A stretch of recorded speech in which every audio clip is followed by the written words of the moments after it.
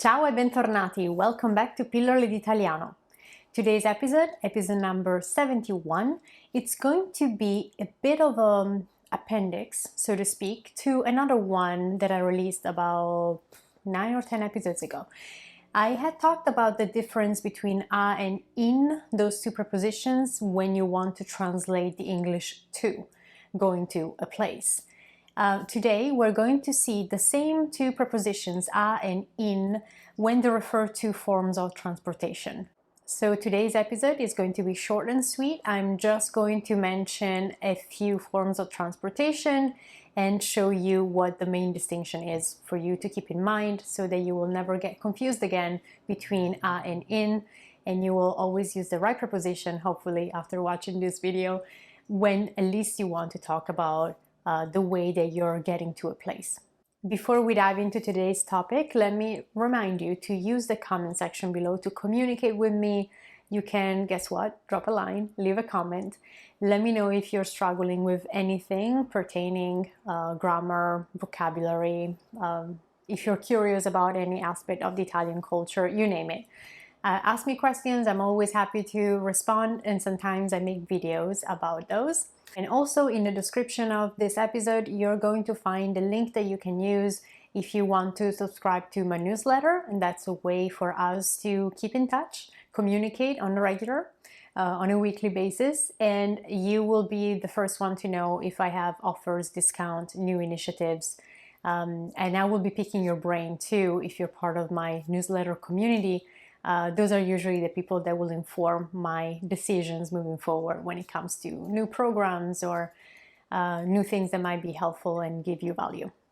All right, let's see which preposition between a or in is the appropriate one to use when you want to translate English by, meaning by a form of transportation, by car, by plane, by foot, by horse.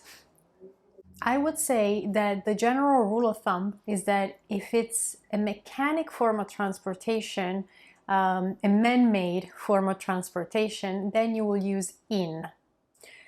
I'll give you an example right away. In macchina. A sentence could be vado al lavoro in macchina. I go to work by car, in macchina. So if you want to talk about the way that you go to work, unless you're lucky and you're working remotely, you will need to use in every time you use a form of transportation that is man-made. In macchina, that will be by car. In moto, by motorcycle. In bicicletta, by bike. Or in bici, simply. By bike, meaning the one that you have to pedal, not a motorbike. Maybe you go by taxi, in taxi. It's the same word. How about in monopattino? That's something that we see a lot. When you live in a big city, you might see people using that monopattino. That's basically the, I think Americans call it scooter. The one that you push, right, with your foot. Oh yeah, you cannot see my feet, but anyway, monopattino. It's one of those scooters that young kids use too. So you would say in monopattino. But you could also go by public transit, so in autobus, in autobus. Italians sometimes call a bus also pullman, so you might hear some Italians say in pullman instead of in autobus. It's the same thing. You could go in tram, tram, or in treno, by train. And lastly, if you are maybe not commuting every day, but if you're going on vacation, you might be going by plane, in aereo, in aereo. So we're using in basically for all of them. The exception is for those form of transportations, as I said, that are not man-made. So if you're going by foot, you would say a piedi. Vado al lavoro a piedi. Say that your office is around the corner, you can just go by foot. A piedi.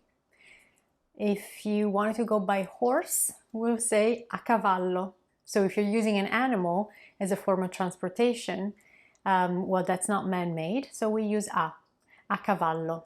You could use a different animal, I don't know, maybe donkey. A dorso d'asino, meaning on the back of the donkey.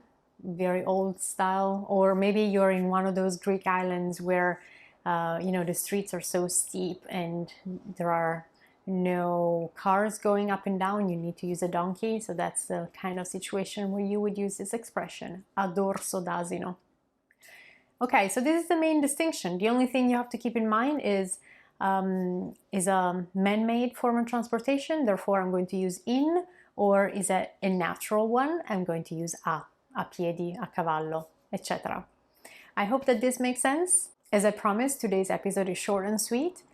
I don't think that you should really encounter issues with this specific topic, but if you have questions, doubts, if you find something in a book that you're reading that doesn't make sense, doesn't add up, of course, feel free to leave a comment, let me know, use the comment section below.